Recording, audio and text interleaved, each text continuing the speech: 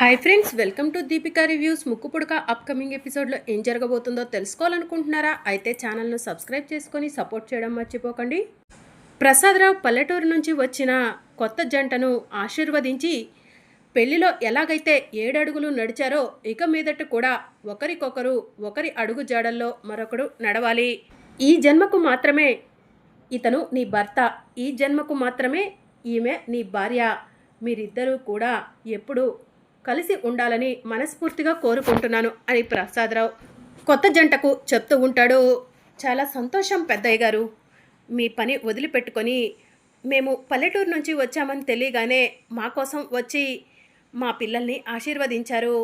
మీ కుటుంబానికి పల్లెటూరులో ఎప్పుడు గౌరవ మర్యాదలు దక్కుతూనే ఉంటాయి. ఇక మేము బయలుదేరతాము అని చెప్పి పల్లెటూరు నుంచి వచ్చిన పెద్ద ఆయన చెప్తూ ఉంటే, భోజనం చేసి వెళ్ళండి అని ప్రసాదరావు అంటూ ఉంటాడు. వద్దయ్య గారు, ఇప్పటికే మీరు రావటం ఆలస్యం అవుతుందని తెలిసి కూడా మీ ఇంట్లో వాళ్ళను ఇబ్బంది పెట్టాము. అందుకు అందరూ కూడా మమ్మల్ని క్షమించాలి అని పల్లెటూరి వాళ్ళు చెప్తూ ఉంటారు. అయ్యో, మీరు ఎంతో దూరం నుంచి మా పైన అభిమానంతో ఇంత దూరం వచ్చారు. మీరు ఇంతసేపు మా ఇంట్లో ఉన్నందుకు మాకేమీ ఇబ్బందిగా లేదు అని చెప్పి వేదవతి చెప్తూ ఉంటుంది. అది మీ గొప్ప మనసు వేదవతి గారు అని చెప్పి పల్లెటూరి వాళ్ళు చెప్తూ ఉంటారు. ఇక మేము బయలుదేరతామండి అని చెప్పి పల్లెటూరి వాళ్ళు అక్కడి నుంచి వెళ్ళిపోతూ ఉంటారు. ఇక వేదవతి ప్రసాదరావు దగ్గరకు వచ్చి, ఏమండి, పిలవగానే మొదట రానన్నా కూడా ఇప్పుడు వచ్చి పరువు కాపాడారు, నాకు చాలా సంతోషంగా ఉందండి అని చెప్పి వేదవతి అంటూ ఉంటుంది. నువ్వు పిలిచావనో నీ గౌరవం నిలబెట్టాలనో నేను రాలేదు అని చెప్పి ప్రసాదరావు అంటూ ఉంటాడు. మరెందుకు వచ్చారు అని చెప్పి కృష్ణబాబు అంటూ ఉంటాడు. నేను వెళ్ళను అన్నా కూడా అవని బ్రతిమలాడి నన్ను ఇంత దూరం పంపించింది. పల్లెటూరులో మనకంటూ గౌరవం ఉంది. వేదవతి అత్తను 10 ఊర్లు దేవతగా కొలుస్తారు. అత్త పరువు పోవటం మంచిది కాదు మోయ. ప్లీజ్ మోయ, పంతాలు పట్టుదళ్ళు ఎప్పుడు ఉంటూనే ఉంటాయి. దయచేసి మీరు నా మాటని కాదనకుండా వెళ్ళండి మోయ అని అవని చెప్పడం వల్లే వచ్చాను అని చెప్పి ప్రసాదరావు చెప్తూ ఉంటాడు. ఇప్పుడు మీకు ఆ అవనియే ఎక్కువైపోయింది కదండి, అందుకే ఆ అవని దగ్గరే ఉంటున్నారు కదా అని ప్రసాదరావుని వేదవతి అడుగుతూ ఉంటుంది. అవును, ఎప్పుడో చేయాల్సిన పని ఇప్పుడు చేస్తున్నాను వేద. అవని నా మేనకోడలు. మీరంతా కలిసి అవనిని ఎన్నోసార్లు అవమానించారు. అప్పుడే మీ చెంప పగలగొట్టి నా మేనకోడలు ఏంటో మీ అందరికీ తెలియజేసి ఉంటే బాగుండేది అని ప్రసాదరావు అంటూ ఉంటాడు. అయినా మీలాంటి వాళ్ళతో మాట్లాడటం అనవసరం. ఎంత చెప్పినా కూడా మీకు అర్థం కాదు. ఏదో ఒకరోజు ఆ అమ్మవారు మీ కళ్ళు తెరిపిస్తుంది. అవని మంచితనం ఏంటో మీకు అర్థమవుతుంది అని చెప్పి ప్రసాదరావు కోపంగా అక్కడి నుంచి వెళ్ళిపోతూ ఉంటాడు. అమ్మ, నాన్న వెళ్ళిపోతున్నారు, ఆపండమ్మా అని శ్రీకర్ అంటూ ఉంటాడు. వెళ్తా వెళ్తా అంటుంటే పట్టుకుంటే మాత్రం ఆగుతారా ఏంటి శ్రీకర్? వెళ్ళనివ్వు, ఏదో ఒకరోజు ఆ అవని గుట్టు బయటపడుతుంది. ఆ రోజు మీ నానే మనల్ని వెతుక్కుంటూ వస్తారు అని చెప్పి వేదవతి శ్రీకర్తో చెప్తూ ఉంటుంది. ఇక మరోవైపు అవని అక్షయ ఇద్దరూ కలిసి గుడికి వెళ్తారు. అమ్మ అక్షయ, నువ్వు ఇక్కడ కూర్చో, నేను గుడి చుట్టూ ప్రదక్షిణలు చేసి వస్తాను అని చెప్పి అవని అంటుంది. సరే అమ్మా అని చెప్పి అక్షయ్ అంటుంది. ఇక అవని గుడి చుట్టూ ప్రదక్షిణలు చేసి ఆ తర్వాత అక్షయ్ దగ్గరకు వచ్చేసరికి అక్షయ ఒంటరిగా కూర్చొని బాధపడుతూ ఉంటుంది. నా బంగారు తల్లి అక్షయ ఎందుకు డల్గా కూర్చుంది అని అవని అక్షయ్ దగ్గరకు వెళ్ళి అడుగుతూ ఉంటుంది. అర్చన రూపంలో నీ ముందు ఉన్నా కూడా నేను ఎలాంటి వేడుకలకు నోచుకోలేదు. ఇప్పుడు నాకు 11 సంవత్సరాలు నిండబోతున్నాయి.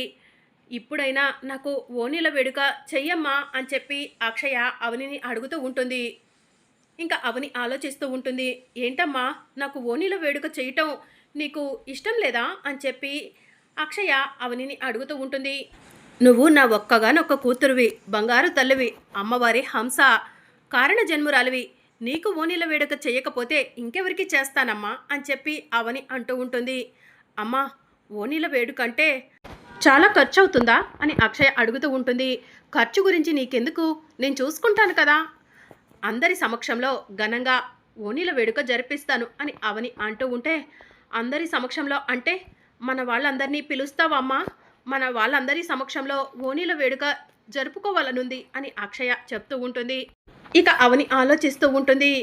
ఏమ్మా, మన వాళ్ళు ఓణీల వేడుక్కి నువ్వు పిలిస్తే రారా అమ్మా అని అక్షయ అడుగుతూ ఉంటుంది.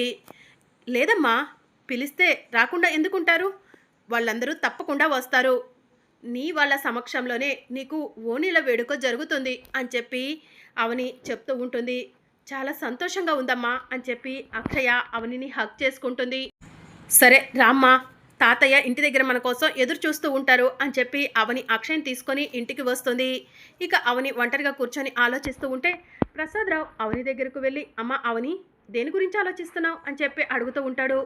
మోయ, గుడిలో ఇందాకలా అక్షయ ఓనీల వేడుక చేయమని అడిగింది మోయ అని చెప్పి అవని చెప్తూ ఉంటుంది. అక్షయ్కు ఓన్ల వేడుక చేయాలి కదమ్మా, అక్షయ్ అడిగే వరకు మనకు ఆ ఆలోచనే రాలేదు అని చెప్పి ప్రసాదరావు అంటూ ఉంటాడు. అక్షయ్కు ఘనంగా ఓనీల వేడుక జరిపిద్దామమ్మా అని ప్రసాదరావు అంటూ ఉంటే, అక్షయ మన వాళ్ళ సమక్షంలో ఓనీల వేడుక కావాలని అడిగింది మోయ, అత్త వాళ్ళు అందుకు ఒప్పుకుంటారో లేదోనని చాలా భయంగా ఉంది అని చెప్పి అవని అంటూ ఉంటుంది. అవని ఎప్పుడైనా కూడా ఏదైనా సమస్య వస్తే ఎదురు నిలబడి సమస్యకు పరిష్కారం చూస్తుందే కానీ ఇలా భయపడదమ్మా. నా మేనకోడలు అవని భయపడుతుందంటే నాకు ఆశ్చర్యంగా ఉంది అని ప్రసాదరావు అంటూ ఉంటాడు. అది కాదు మోయ, అత్తకు బావకు అక్షయ్ పైనే కదా అసలు అనుమానాలన్నీ కూడా. అలాంటి అక్షయ్కు ఓణీల వేడుకంటే ఏమంటారోనని టెన్షన్గా ఉంది. అక్షయ్ను అవమానిస్తే అక్షయ్ బాధపడుతుంది కదా, అక్షయ్ బాధపడుతుందనే నేను ఆలోచిస్తున్నాను మోయ అని చెప్పి అవని అంటూ ఉంటుంది. పదమ్మా, నా సమక్షంలోనే ఇప్పుడు ఓణీల వేడుక గురించి వేద వాళ్ళకు చెప్దు గాని అని ప్రసాదరావు అంటూ ఉంటాడు. వద్దు మోయ, మీరు వచ్చి అక్కడ అనవసరంగా మీకు అత్తకు గొడవ జరుగుతుంటే నేను చూడలేవును, అత్తతో చెప్పాల్సిన విధంగా నేను చెప్తాను అని చెప్పి అవని అంటుంది. సరే అమ్మా, నీ ఇష్టం అని ప్రసాదరావు అంటూ ఉంటాడు. సరే మోయ, ఇప్పుడే వెళ్ళి అత్తకు విషయం చెప్పొస్తాను అని చెప్పి అవని అంటూ ఉంటుంది. సరే వెళ్ళిరమ్మా అని ప్రసాదరావు అంటూ ఉంటే ఇక అవని వేదవతి ఇంటికి వెళ్ళి అత్తయ్య అత్తయ్య అని చెప్పి పిలుస్తూ ఉంటుంది. వేదవతి బయటకు వస్తుంది. ఇక వేదవతితో పాటు కుటుంబ సభ్యులంతా కూడా బయటకు వస్తారు. మళ్ళీ ఏం గొడవ పెట్టుకోవడానికి వచ్చావు అని చెప్పి నిహారిక వసంత అడుగుతూ ఉంటారు. గొడవ పెట్టుకోవడానికి రాలేదు, మీతో ఒక ముఖ్యమైన విషయం గురించి మాట్లాడదామని వచ్చాను అని చెప్పి అవని అంటుంది. ఏంటా ముఖ్యమైన విషయం అని వేదవతి అడుగుతూ ఉంటుంది. నా కూతురు అక్షయ్కు ఓణీల వేడుక చేయాలనుకుంటున్నాను, మీరంతా కూడా తప్పకుండా వచ్చే శుక్రవారం ఓణీల వేడుకకు రావాలి అని చెప్పి అవని అంటుంది. ఇక వేదవతి ఏం మాట్లాడదు, నా ఏర్పాట్లు నేను చూసుకుంటాను అని చెప్పి అవని అక్కడి నుంచి వెళ్ళిపోతూ ఉండగా, ఏయ్ అవని ఆగు అని చెప్పి వేదవతి అంటుంది. చెప్పండి అత్త అని చెప్పి అవని అడుగుతూ ఉంటుంది. నీ కూతురు ఓణీల వేడుక్కి మేము రావాలా? మేము రాము, మేము వస్తామని ఎలా అనుకుంటున్నావు అని వేదవతి అంటుంది.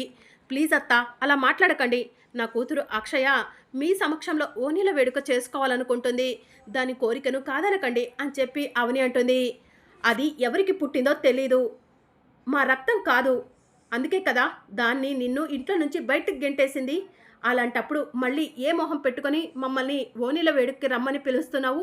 అంటే మేము నీ కూతురికి జరిగే ఓణీల వేడుక్కి వస్తే మా మనవరాలని అంగీకరించినట్టు అవుతుంది, అందరి సమక్షంలో అక్షయ మా మనవరాలని చెప్పినట్టు అవుతుంది. అందుకు నేను ఎట్టి పరిస్థితిలో ఒప్పుకోను.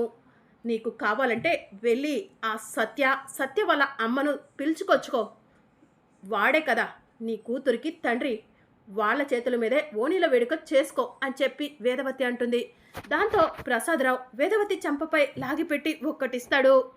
ఇక అవని వేదవతి షాకింగ్గా ప్రసాదరావు వైపు చూస్తూ ఉంటారు. మోయ, మీరెప్పుడు వచ్చారు అని చెప్పి అవని అంటూ ఉంటుంది. వీళ్ళు ఇలాంటిదేదో చేస్తారని ముందే అనుకున్నానమ్మా, అందుకే వచ్చాను అని ప్రసాదరావు అంటూ ఉంటాడు. ఏమమ్మా నంగనాచి, నీ వెనకే నా మొగుడిని తీసుకొచ్చి చాటుగా నుంచోబెట్టి నేను మాట్లాడిన మాటలన్నీ వినిపించి నా చంపు పగల కొట్టించావు కదా. నా భర్త నా పైన ఎప్పుడు కూడా చేయి చేసుకోలేదు, ఈరోజు నీ వల్ల నా భర్త నాపై చేయి చేసుకున్నాడు అని చెప్పి వేదవతి అంటుంది. అవని వల్ల నేను నీ పైన చేయి చేసుకోలేదు వేద, నువ్వు మాట్లాడిన మాటలు కరెక్ట్గా లేవు. అక్షయ మన వారసురాలు, అమ్మవారి హంస, నీ జాతకం, అలాంటి అక్షయ్ను నువ్వు తప్పుగా మాట్లాడటం నాకు అసలు నచ్చలేదు వేద అని ప్రసాదరావు అంటూ ఉంటాడు. ఏమండి, మీరు ఎన్ని చెప్పినా సరే నేను ఆ అక్షయ్ను మనవరాలుగా అంగీకరించను, దాని ఓణీల వేడుక్కి నేను రాను అని చెప్పి వేదవతి అంటూ ఉంటుంది. నువ్వు ఎలా రావో నేను కూడా చూస్తాను వేద, ఆ అమ్మవారే నిన్ను రప్పిస్తుంది, నువ్వు అక్కడికి వస్తే అక్షయ్ను నువ్వు వారసురాలిగా అంగీకరించినట్టే, ఆ అమ్మవారే నిన్ను పంపిస్తుంది, చూస్తూ ఉండు అని చెప్పి ప్రసాదరావు వేదవతితో ఛాలెంజ్ చేసి, అమ్మ అవని రామ్మ, వీళ్ళు తప్పకుండా వస్తారు, వీళ్ళ సమక్షంలోనే మన అక్షయ ఓణీల వేడుక జరుగుతుందమ్మా అని ప్రసాదరావు కోపంగా అక్కడి నుంచి అవనిని తీసుకొని వెళ్ళిపోతూ ఉంటాడు. అమ్మో అమ్మో, మామయ్య గారు ఎప్పుడైనా అత్తయ్య గారి ముందు తలదించుకొని నిల్చునేవాళ్ళు, అలాంటిది ఈరోజు అత్తయ్య గారిపై చెయ్యెత్తారు, చంప మీద కొట్టారు. దానికి కారణం ఆ అవనే. ఆ అవని వల్లే మామయ్య గారు అలా ప్రవర్తిస్తున్నారు అని చెప్పి నిహారిక అంటుంది. నంగనాచి పైకి మాత్రం ఏమీ ఎరగనట్టుంటుంది. ఎంత కుట్రలు పన్నుతుందో అని చెప్పి వసంత అంటూ ఉంటుంది. ఇక చాలు ఆపుతారా? అవనిపై లేనిపోనివన్నీ అమ్మకు ఎక్కించకండి అని చెప్పి శ్రీకర్ అంటాడు. ఒరే శ్రీకర్, నువ్వు కూడా ఆ అవనికే సపోర్ట్ చేస్తున్నావేంట్రా అని వేదవతి అంటుంది. నాన్న నీపై కోపంతో కొడితే అవనియే నాన్నతో నిన్ను కొట్టించిందని వీళ్ళు మాట్లాడుతున్నారు. వీళ్ళు మాట్లాడుతుంది తప్పు కదమ్మా. ఎవరు అయినా సరే తప్పు చేస్తే తప్పు అనాలి, ఒప్పు చేస్తే ఒప్పు అనాలమ్మా. అదే కదా నువ్వు నేర్పించిన సంస్కారం అని చెప్పి శ్రీకర్ అంటూ ఉంటాడు. మరి అప్కమింగ్ ఎపిసోడ్లో ఏం జరగనుందో తెలుసుకోవాలనుకుంటున్నారా? అయితే ఛానల్ను సబ్స్క్రైబ్ చేసుకొని సపోర్ట్ చేయడం మర్చిపోకండి. Thank you for watching.